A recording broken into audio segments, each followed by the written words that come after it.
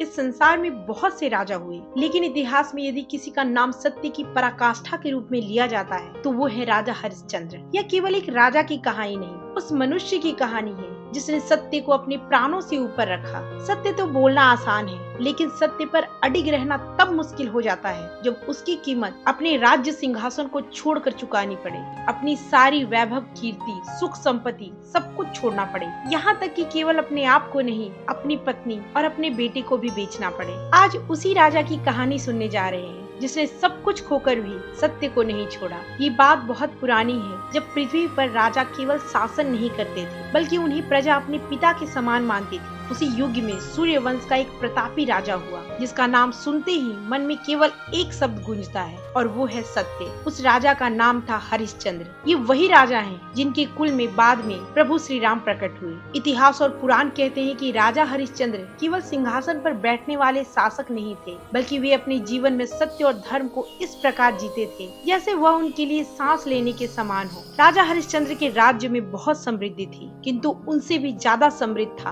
उनका चरित्र। उनके राज्य में चोरी, झूठ और कपट के लिए कोई स्थान नहीं था, क्योंकि राजा स्वयं इन सब से ऊपर थे। वे जब न्याय करते थे तब वो किसी व्यक्ति को नहीं देखते थे, बल्कि बस धर्म को देखते थे। कहते हैं कि यदि कोई राजा का स्वयं भी कोई संबंधी हो तो राजा हरिश्चंद्र उसके लिए भी वही दंड देते थे जो कि एक सामान्य नागरिक को मिलता। इसी कारण उनकी प्रजा केवल उन्हें राजा नहीं बल्कि धर्म का अवतार मानती थी। राजा की पत्नी तारामती, जो कि बहुत ही पवित्र और धर्मपरायण थी, वे केवल महल की रानी नहीं थी बल्कि हर परिस्थिति में अपने पति के सत्य व्रत की मौन शक्ति थी। उनका एक पुत्र था रोहिताश्व, जो कि अभी बालक ही था। यह छोटा सा परिवार बाहर से जितना शांत दिखता था, भीतर से उतना ही दृढ़ संकल्प से भरा था। राजा हरिश्चंद्र की सबसे बड़ी विशेषता थी उनका वचन। उनका दिया गया वचन पत्थर के लकीर के समान था। शास्त्र बताते हैं कि उनके मुख से निकला हुआ एक भी शब्द कभी भी असत्य नहीं हुआ। राजा हरिश्चंद्र की कीर्ति इतनी बढ़ गई कि देवताओं में भी इनके सत्य निष्ठा की चर्चा होने लगी। देवताओं के बीच ये जानने की जिज्ञासा उत्पन्न होने लगी कि क्या वाकई में कोई व्यक्ति इतना धर्मनिष्ठ हो सकता है। इसी बात की परीक्षा लेने के लिए महर्षि विश्वामित्र उनके दरबार में पधारे। उनके तेजस्वी चेहरे को देखकर सभी दरबारी और राजा स्वयं भी आदर से खड़े हो गए। राजा ने उन्हें सम्मान पूर्वक आसन दिया और विनम्र होकर पूछा, कहिए प्रभु, आप किस उद्देश्य से पधारे हैं। तभी महर्षि विश्वामित्र ने उनसे दान मांगी। यह कोई साधारण दान नहीं था, यह दान राजा के जीवन की दिशा बदलने वाला था। राजा हरिश्चंद्र ने बिना यह पूछे कि दान क्या है, बिना किसी शर्त के कहा, मुनिवर, जो कुछ मेरे पास है वो आपका है। मैं आपको दान देने का वचन देता हूँ। और इसी एक वाक्य के साथ उनका जीवन एक नए मार्ग पर चल पड़ा, जहाँ से लौटने का कोई रास्ता नहीं था। महर्षि विश्वामित्र शांत किंतु कठोर शब्द में कहते हैं, उन्हें दान में ये पूरा राज्य चाहिए, केवल सोना, चांदी या कोषगार नहीं, बल्कि वह धरती, वह सिंहासन, वह सत्ता जिसके लिए एक राजा जन्म से तैयार किए जाते हैं। एक क्षण के लिए पूरे दरबार में सन्नाटा छा गया। प्रजा को लगा कि राजा अवश्य कोई समाधान निकालेंगे, इसका कोई न कोई विकल्प खोजेंगे, क्योंकि राज्य कोई वस्तु नहीं होती, वह हजारों लोगों का जीवन होता है। पर राजा हरिश्चंद्र ने कुछ नहीं किया।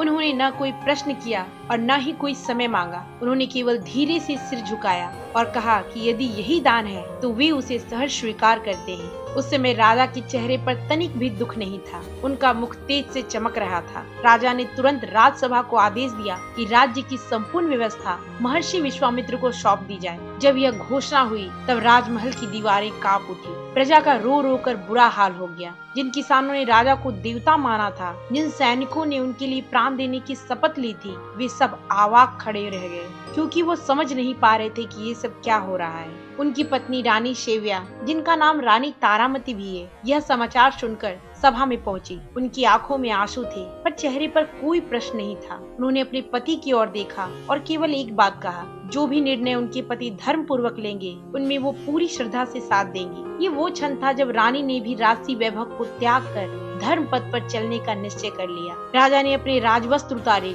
मुकुट त्यागा और सामान्य वस्त्र धारण किया। पर राजा हरिश्चंद्र को ये कहाँ पता था कि ये परीक्षा का बस प्रारंभ है। आगे उनके सत्य को अग्नि में तपाया जाना है। अभी उनके सत्य की सबसे विकट परीक्षा होनी बाकी है, एक ऐसी परीक्षा जिसके बारे में सोच कर ही किसी की आत्मा कांप उठे। राज्य दान देने के बाद महर्षि विश्वामित्र ने दान के साथ दक्षिणा की भी मांग की, पर राजा हरिश्चंद्र के पास अब देने को कुछ नहीं था, न धन, न भूमि, न वैभव। तब राजा ने वो निर्णय किया जो किसी पिता और पति के लिए असहनीय है। सत्य की रक्षा के लिए उन्होंने अपनी पत्नी और पुत्र को भी दान स्वरूप देने का निर्णय लिया। यह निर्णय कोई क्रूरता नहीं थी, यह सब उनके वचन का मूल्य था। एक ब्राह्मण ने उनकी पत्नी को दासी के रूप में स्वीकार किया और उससे जो मूल्य मिले उन्होंने महर्षि विश्वामित्र को दक्षिणा के रूप में दिया। इस दृश्य में कोई चीख चिल्लाहट नहीं थी, पर ये मौन ही इतना भारी था कि आसमान भी इसे सहन नहीं कर पा रहा था। राजा हरिश्चंद्र की आंखों से आंसू बह रहे थे, पर उनके होठ सत्य की शपथ से जुड़े थे। आखिर में उन्होंने स्वयं को भी दान करने का निश्चय लिया, अपने आप को भी बेच दिया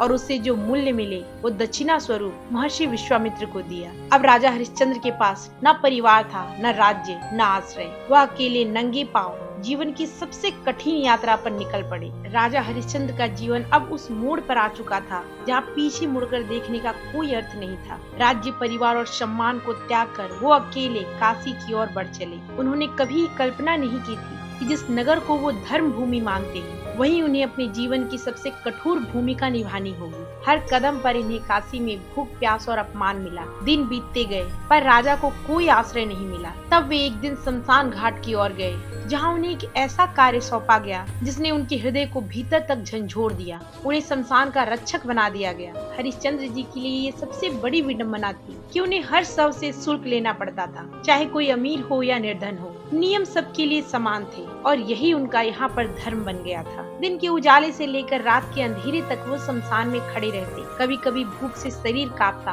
पर वह किसी से कुछ नहीं मांगते। कई बार लोग उसे धिक्कारते, गालियां देते, पत्थर से मारते, पर वो मौन रहते, क्योंकि उन्होंने स्वयं को ये सिखाया था कि अपमान भी सत्य की एक परीक्षा है। वे जानते थे कि यदि वो टूट गए तो उनका वचन टूट जाएगा। उधर उनकी पत्नी का जीवन भी नरक बन चुका था। वे ब्राह्मण के घर में दासी बन चुकी थी। अपमान और तिरस्कार उनका भाग्य बन चुका था। फिर भी उन्होंने कभी शिकायत नहीं की। उनके मन में केवल एक ही विश्वास था, उनके पति सत्य के मार्ग पर अडिग हैं और वही विश्वास उन्हें जीवित रखे हुए था। राजा हरिश्चंद्र और रानी शिवैया दोनों एक ही नगर में थे, पर भाग्य ने उन्हें इस प्रकार अलग किया था कि वे एक दूसरे को देख नहीं सकते थे। दोनों ही अपनी अपनी जगह पर अपने कष्ट सह रहे थे। इसी बीच समय ने एक और भयावह मोड़ लिया। एक ऐसी पीड़ा आने वाली थी जो सीधे उनके हृदय पर वार करने वाली थी। राजा हरिश्चंद्र को ये ज्ञात नहीं था कि अब उनके जीवन की सबसे बड़ी परीक्षा सामने आने वाली है। एक ऐसी परीक्षा जिनसे उनका केवल धैर्य नहीं बल्कि एक पिता का हृदय भी टूटने वाला था।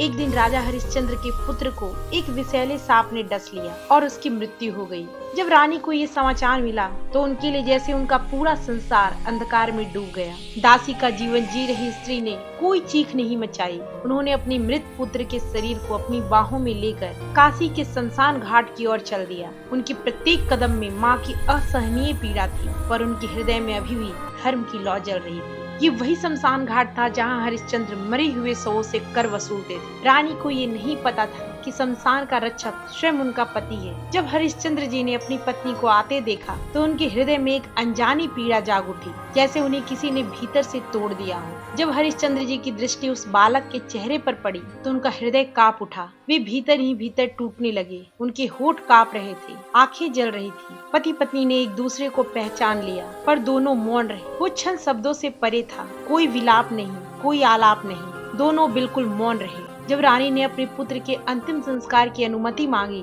तब शमशान का नियम सामने आया। शुल्क देना अनिवार्य था। राजा हरिश्चंद्र, जो अब शमशान का रक्षक था, अपने कर्तव्य से पीछे नहीं हटा। उन्होंने वही किया जो धर्म था। रानी से कर मांगा। रानी के पास देने को कुछ नहीं था। उन्होंने अपने शरीर का आधा वस्त्र उतारकर शुल्क के रूप में दे दिया। ये सारी घटनाएं देखकर देवता तक हिल गए। एक पिता अपने पुत्र के अंतिम संस्कार के लिए शुल्क ले रहा था और एक पति अपनी पत्नी को धर्म का नियम सिखा रहा था। ये दृश्य इतना करुण था कि शमशान की अग्नि भी ठिठुर गई। राजा हरिश्चंद्र का शरीर खड़ा था, पर भीतर सब कुछ भस्म हो चुका था। फिर भी उन्होंने अपने हाथ आगे बढ़ाए, क्योंकि यदि वे उस क्षण भी सत्य से पीछे हटते तो उनका पूरा जीवन व्यर्थ हो जाता। जब वे स्वयं अपने पुत्र के अंतिम संस्कार की तैयारी कर रहे थे तब उनके हृदय से एक करुण पुकार उठी। वह पुकार आसमान तक पहुंची। उसी क्षण धरती कांपी, आकाश गूंज उठा, दिव्य प्रकाश प्रकट हुआ। ये वो क्षण था जब मानव की सीमा समाप्त हो चुकी थी और ईश्वर का हस्तक्षेप प्रारंभ हुआ। देवताओं का विमान प्रकट हुआ।